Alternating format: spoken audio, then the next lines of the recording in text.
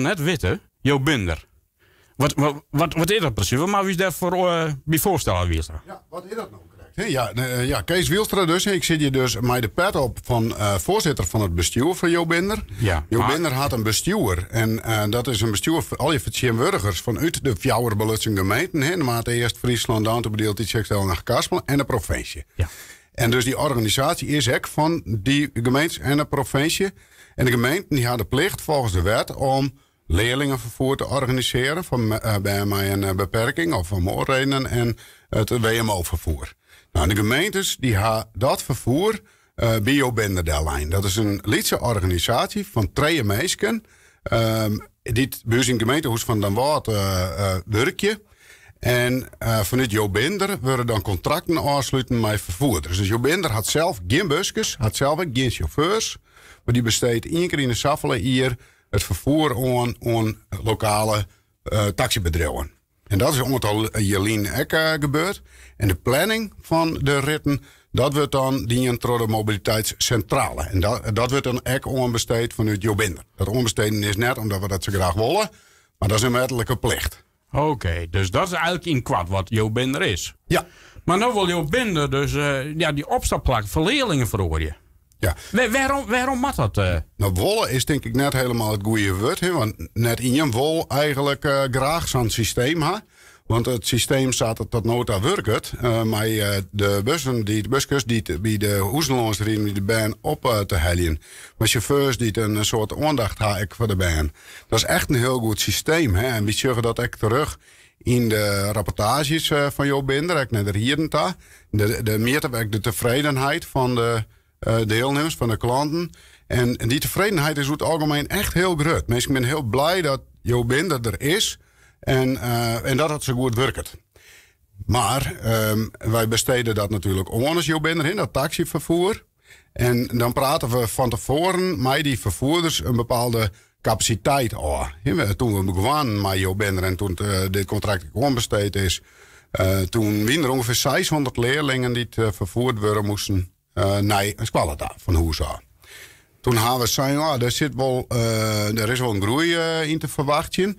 Maar ja, hoe groot moet dat dan werden? Tot hoe 4 moet zo'n bedrijf dan capaciteit vrijmaken om die groei te organiseren? Want dan kan ik net zeggen, ja, ik huur 100 busjes in, ik heb hier maar 100 busjes dus, en neem maar 100 chauffeurs aan en dan maar 40 broeken. Dat past natuurlijk ook net. Dus toen is er afgepraat een factor van 1,24. Dus een groei van ongeveer een kwart. En inmiddels hebben we de coronaperiode gehad. Daarin in die periode gaan een aantal chauffeurs zijn van ik toch echt wat oorzaak. Dus met minder chauffeurs in de hele arbeidsmarkt eigenlijk beschikbaar. Dat is moeilijk.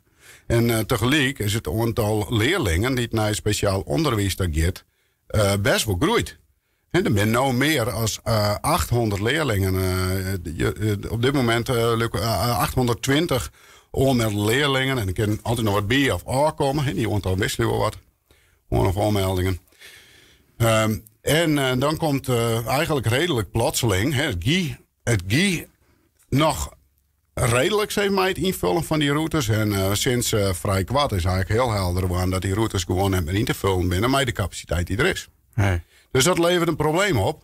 En dan moet er een oplossing komen. Nou, dan is Jo Binder als lidse organisatie heel erg boen aan wetgeving en hoe regels die de gemeente hierin stelt.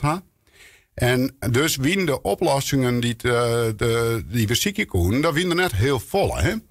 Dus we hebben bezocht om in die oerlis met een aantal squalen om te zien van leidt dan misschien die oplossing dan ook in de tijden dat de squalen beginnen. Hè? Als je dat wat verschouwen, dan hoeven net al die busjes op precies hetzelfde ogenblik op al die verschillende squalen te wijzen. Dus dat scheelt al heel veel capaciteit.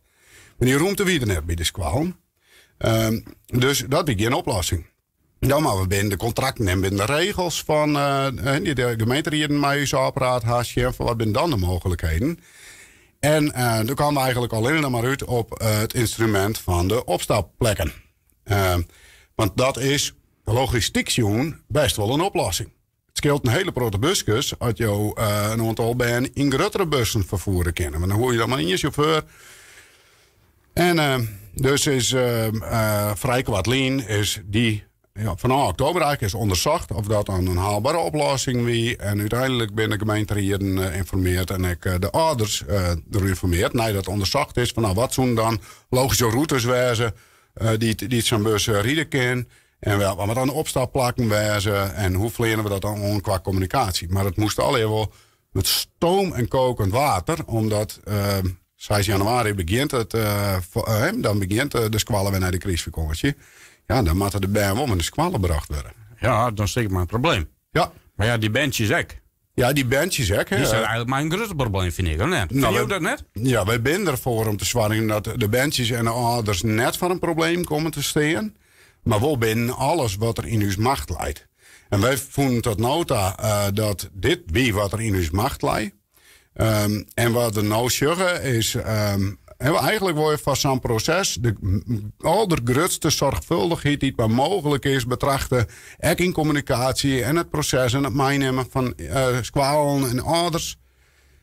Maar door de spoed die achter dit verhaal ziet, is die zorgvuldigheid eigenlijk op, maar ik was steeds misschien wel een beetje op nummer 2 kwam.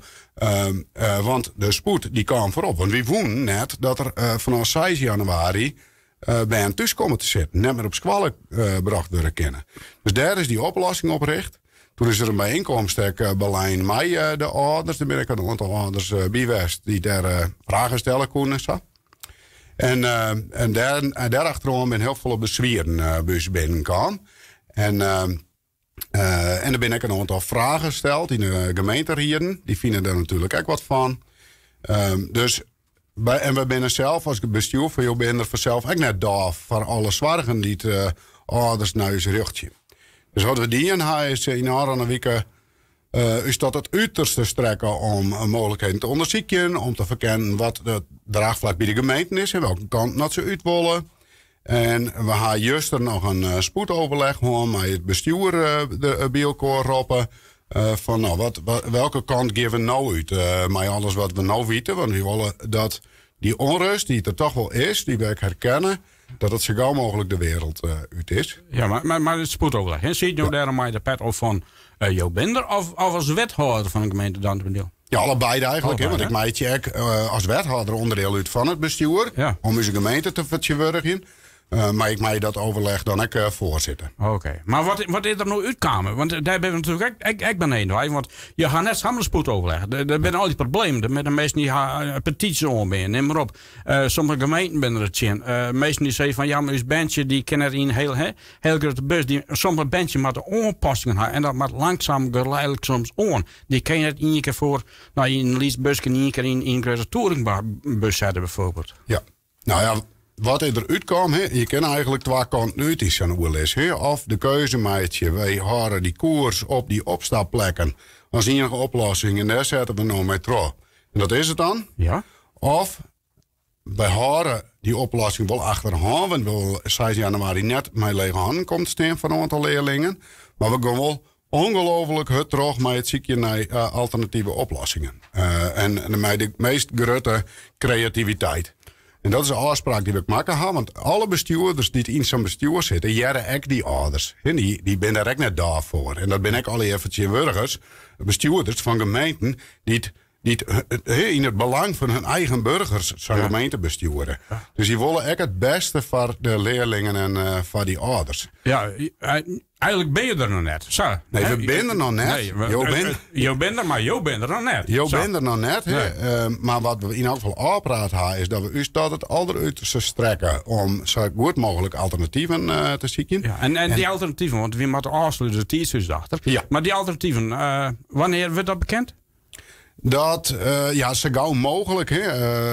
Maar ergens zit er natuurlijk een go-no-go moment in. Want als het al terug is met die opstapplakken, dan zullen we dat ik van tevoren goed regelen moeten. Die bussen die moet ook ingehuurd worden.